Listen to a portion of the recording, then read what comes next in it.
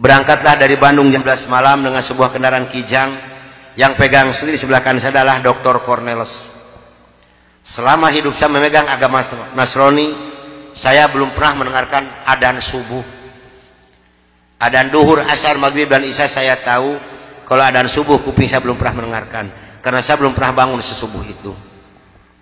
Begitu nyampe di Jakarta di kampung Prapanca, bertepatan dengan berkumandangnya adzan subuh. Kata Dr. Cornelis kepada saya, "Bro, tolong dengarkan adzan orang Islam ini kok goblok sekali, aneh-aneh." Saya buka kaca jendela pintu, mau bisa dengarkan ini adzan. Betul, bro, orang Islam ini kok adzannya aneh-aneh. Kebetulan di Jakarta di kampung Prapanca ini, saya mengontrak sebuah rumah yang besar khusus untuk penginjil. Yang punya rumah namanya Bapak Rosid. Beliau adalah seorang sarjana agama Islam yang mengajar sekolah dasar negeri. Kata Dr. Cornelis kepada saya, "Bro, karena bro sebagai pemimpin dan ketua kami yang berhak dan berani untuk menanyakan masalah ini, tolong besok tanyakan kalau kita sudah nyampe di rumah kontrakan." Oke, besok akan saya tanyakan. Begitu saya nyampe di rumah kontrakan, kendaraan saya masukkan ke dalam garasi dan sebagian barang-barang diturunkan. Kira-kira jam 7 pagi, Pak Rosid ini keluar dari rumahnya mau mengajar. Karena kebetulan rumah yang saya kontrak dengan rumah beliau bersebelahan, hanya terhalang oleh satu jalan yang kecil. Begitu saya lihat beliau sedang menyalakan sepeda motornya, saya memberanikan diri menghampiri dan menyapa beliau. Kata saya, "Selamat pagi, Pak." "Oh, selamat pagi, Bapak Pendeta. Kapan datang dan apa kabar?"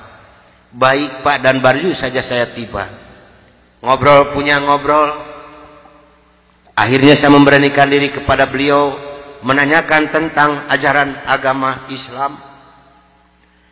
"Pak, apakah boleh saya bertanya kepada Bapak tentang ajaran agama Islam?" Dengan senyuman yang manis, muka yang cerah, beliau memberikan jawaban kepada saya. "Silahkan Bapak Pendeta." Dengan senang hati dan kedua tangan saya terbuka, insya Allah apa yang akan Bapak Pendeta tanyakan akan saya jawab. Mari Bapak Pendeta kita ke dalam rumah. Jangan ngobrol di luar. Lebih luasnya kita ngobrol di dalam rumah. Saya dibawa masuk ke dalam rumah beliau. Sehingga beliau ini berani mengorbankan tugas negaranya. Tidak jadi mengajar karena ngobrol dengan saya sampai jam 3 sore. Yang pertama sekali saya tanyakan kepada beliau adalah tentang azan. "Pak, kenapa orang Islam ini kok adzannya aneh-aneh?" "Aneh-aneh bagaimana Bapak Pendeta?" "Tadi begitu saya masuk sini, terdengarlah suara adzan yang asing di kuping saya. Ada kata-kata aso. Aso apalah saya tidak tahu, Pak."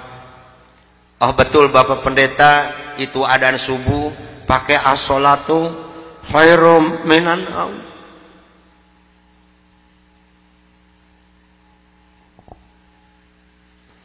Apa artinya, Pak? Beliau memberikan jawaban kepada saya, lebih baik sholat daripada. Bukan semakin tertarik kepada Islam, tidak, tapi saya semakin membenci. Kenapa? Karena iri di dalam hati saya. Kenapa orang Islam ini berani meninggalkan tidurnya untuk melaksanakan ibadat kepada Tuhannya dengan kata-kata yang ada di adzan ini? Maka timbullah kata-kata yang keluar dari mulut saya yang sangat dan sangat menyakitkan Bapak Rosid dan umat Islam yang lainnya. Kata saya, kalau begini orang Islam ini lebih goblok lagi. Kapan molornya kalau sholat melulu? Dulu sebelum saya mengenal kepada Islam, banyak sekali yang beliau terangkan kepada saya tentang ajaran agama Islam. Dan akhirnya beliau memberikan satu Al-Quran dengan terjemah produksi Departemen Agama. Kata beliau kepada saya, "Ini untuk Bapak Pendeta kalau memerlukan, tapi kalau tidak tolong kembalikan kepada saya." Saya terima ini Al-Quranul Karim. Kira-kira jam 3 lebih saya keluar dari rumah beliau, masuk rumah kontrakan saya. Begitu saya nyampe di rumah kontrakan, saya langsung ditegur oleh rekan-rekan saya, termasuk oleh Dr. Cornelis dan Dr. Johan. "Dari mana, Bro, kok dari pagi sampai sore begini baru pulang? Sedangkan jam 4 sore ini Bro harus memimpin kami untuk membawa umat Islam yang ada di kampung Prapanca ini. Maka saya katakan kepada rekan saya bahwa saya sudah menanyakan tentang azan dan saya diberikan satu Al-Quran ini. Ini ditertawakan semua oleh rekan saya. Seharusnya sore itu saya memimpin penginjilan, entah kenapa saya ini malas sama sekali untuk melaksanakan tugas. Mungkin ini sudah jalan dari Allah Subhanahu wa taala. Maka saya punya tugas, saya serahkan kepada Dr. Cornelius dan Dr. Johan. Bro, tolong pimpin misi kita ini, tolong pimpin penginjilan kita ini, bawa umat Islam sebanyak-banyak yang ada di kampung Prapanca ini. Dan ini dananya 16 juta, tolong bagikan kepada mereka.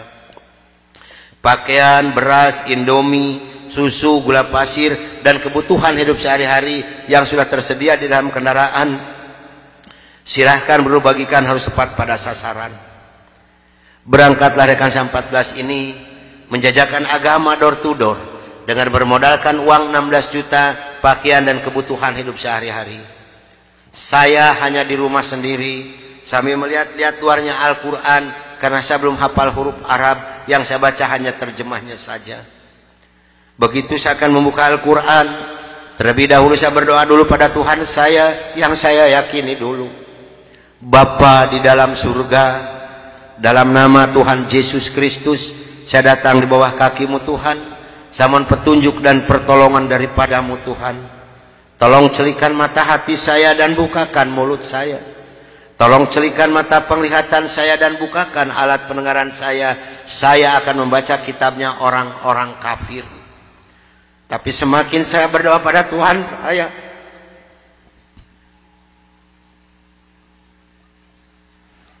semakin terbukalah dalam Al-Quran ini. Ini suatu keanehan yang nyata di dalam kehidupan saya. Karena saya bingung membuka Al-Quran ini dari mana pertamanya. Begitu saya membuka Al-Quran langsung surat Ali Imran. Di dalam surat Ali Imran ini timbul kembali keanehan yang kedua di dalam benak saya. Kenapa dalam surat Ali Imran ini kok hanya 2 ayat yang diberi tanda merah, yang lain tidak ada? Yaitu Ali Imran 85 dan 102. Ini kalau ibu dan bapak percaya pada iman saya, selama 3 bulan kurang lebih saya tidak pernah merasakan tidur, hanya membolak-balik membaca arti daripada 2 ayat ini saja. Disitulah taufik dan hidayah masuk pada diri saya. Bergemetarlah seluruh tubuh saya ini, bergejolaklah di dalam dada saya ini. Bahkan dalam hati kecil saya mengatakan, hanya Islamlah yang benar, hanya Islam yang dapat menyelamatkan umat manusia. Maka saya harus berani mengatakan kepada rekan saya, apapun yang akan terjadi, saya siap untuk menerima risikonya. Atas bimbingan dan pelajaran dari Bapak Rosid, atas petunjuk dan petuah dari Bapak Rosid, saya memberanikan diri menghampiri rekan saya 14 yang sedang mengadakan kebaktian doa. Saya katakan kepada rekan saya bahwa mulai hari ini, jam ini, menit ini, saya akan mengundurkan diri dari penginjilan. Saya akan menyerahkan sebagai ketua misionaris pada Anda semua, karena saya hari ini akan mencari agama yang baru, itu agama Islam. Karena hanya Islam yang benar, hanya Islam yang dapat menyelamatkan umat manusia. Agama yang kita pegang sama-sama tidak bisa menyelamatkan kita semua. Namun apa daya yang saya terima dari mereka, maaf, saya bukan mau dikasihani oleh ibu dan bapak, tidak. Yang mengasihani saya adalah Allah Subhanahu wa taala. Saya bukan seorang tentara, saya bukan seorang polisi, tapi merasakan panasnya peluru di kaki kiri saya dan di dada sebelah kanan saya ini. Besi yang lebarnya 6 cm yang dibakar merah membara, yang dipukulkan ke pipi saya tahan dengan tangan kiri saya. Demi Allah, besi panas nempelah di tangan kiri saya. Lalu saya ditengkurapkan, kepala saya diinjak oleh 3 orang. Tangan saya, kaki saya kiri kanan dipegang dan diikat oleh mereka. Lalu punggung saya dipukuli oleh Dr. Johan pakai kursi rotan. 13 tulang punggungnya patah untuk mengenal Islam.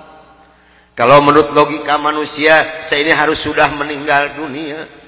Tapi Allah Maha di atas Maha Allah mempunyai rencana lain untuk saya atas izin dan karunia Allah yang diberikan kepada saya. Saya bisa lolos dari pembunuhan rekan-rekan saya.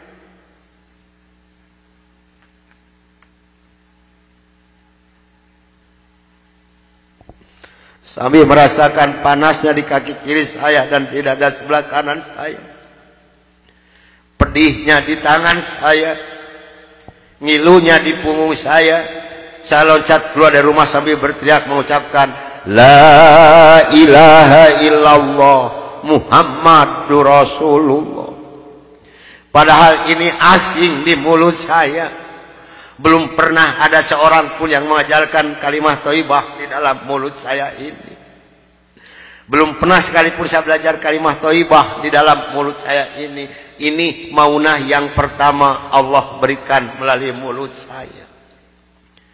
Dan alhamdulillah saya mendapatkan pertolongan dari seorang cim-cim yang beragama Buddha. Saya dibawa masuk ke dalam rumah beliau. Lalu baju saya digunting karena jadi satu dengan kulit. Lalu yang bekas luka besi panas dari kocrotin pakai kecap oleh beliau. Kaki saya ditahan pakai kayu bekas pegangan sapu, diikat pakai benang rapia. Punggung saya diikat pakai samping. Lantas saya dibawa beliau ke rumah sakit Fatmawati. Selama 3 bulan 27 hari saya berbaring di dalam rumah sakit, merasakan hancurnya tubuh saya ini, pengen mengenal Islam. Dan alhamdulillah setelah Allah memberikan kesembuhan kepada saya, beliau pula lah yang membiayai saya. Sehingga saya kembali memohon pertolongan kepada Cim ini. Cim, tolong saya, bawa saya kemana saya harus pergi, karena saya pengen memeluk agama Islam. Dan alhamdulillah saya dibawa oleh beliau ke Cipete, ke Bapak Kiai Haji Dr. Idam Khalid, saksi yang masih hidup yang membina kesama yang pertama adalah Bapak Hamjahas. Maka kata beliau kepada saya, kalau Anda pengen masuk Islam yang kafah dan istiqomah, Anda jangan dulu mengenal Al-Quran, Anda jangan dulu mengenal sholat, tapi Anda harus dulu mengenal isi daripada 2 kalimat syahadat yang barusan Anda ucapkan. Alhamdulillah selama 3 bulan kurang lebih saya dibina oleh beliau untuk mengartikan isi daripada 2 kalimat syahadat. Barulah saya marifatullah. Disinilah nikmatnya iman dan nikmatnya ibadah yang saya rasakan sampai detik ini. Lalu saya suruh pulang dulu oleh beliau karena saya masih mempunyai keluarga, itu anak dan istri. Ternyata keluarga saya telah mendapatkan laporan dari rekan 14 dan dari Dewan Gereja Indonesia bahwa saya telah murtad masuk agama Islam. Begitu saya nyampe di rumah saya lihat dengan mata kepala saya sendiri, pakaian saya, ijazah saya, semua dibakar oleh putri-putri saya dan istri saya di hadapan mata saya. Dan alhamdulillah saya diselamatkan dari maut yang kedua oleh Allah Subhanahu wa ta'ala. Begitu putri-putri saya menyiramkan minyak kelapa panas ke muka saya masih diselamatkan oleh Allah. Minyak kelapanya tumpah di punggung saya. Ini adalah darah daging saya sendiri yang menganiaya saya, bukan orang lain. Lalu kepala saya dilempar pakai cobek, dipukuli pakai setikasti, sampai saya diusir caci maki dengan kata-kata yang sangat keji yang keluar dari mulut darah daging saya sendiri. Nyah, engkau di hadapanku anjing, setan, babi, iblis, jangan menginjak rumah ini, haram rumah ini kau diinjak oleh setan dan iblis macam kau. Ini adalah darah daging saya sendiri, bukan orang lain. Dan alhamdulillah begitu saya meninggalkan rumah tangga saya hanya pakai pakaian satu setel yang nempel di badan saya yang penuh dengan minyak kelapa panas. Harta kekayaan berlimpah luah demi Allah tidak saya bawa serupiah pun, karena saya pengen masuk Islam yang kafah dan istiqomah. Saya harus samina wa atona. Jangankan harta kekayaan berlimpah luah, putri-putri saya pun yang 3 saya putuskan. Mulai detik ini Anda bukan darah daging saya bukan bapak Anda, dan Anda bukan putri-putri saya. Titik sampai di sini. Jangan ada lagi pertalian darah antara Anda dengan saya. Kenapa saya putuskan kepada putri-putri saya yang 3? Karena saya takut besok atau lusa saya meninggal dunia, bagaimana tanggung jawab saya di hadapan Allah Subhanahu wa taala. Maka alhamdulillah sudah hampir 22 tahun lebih ini saya belum pernah dipertemukan dengan batang hidungnya. Namun alhamdulillah, biarpun putri-putri saya tidak yang ikut satupun, Allah telah memberikan kebahagiaan kepada saya pada saat sekarang ini. Kebahagiaan yang Allah berikan kepada saya tidak bisa ditukar dengan suatu apapun yang ada di dunia ini. Sekalipun emas berlian sebesar gunung tidak mungkin bisa menukarkan kebahagiaan yang Allah berikan kepada saya. Kenapa? Karena rekan saya yang 14 yang dulu menganiaya saya, yang dulu membunuh saya, alhamdulillah sekarang sudah masuk Islam semua.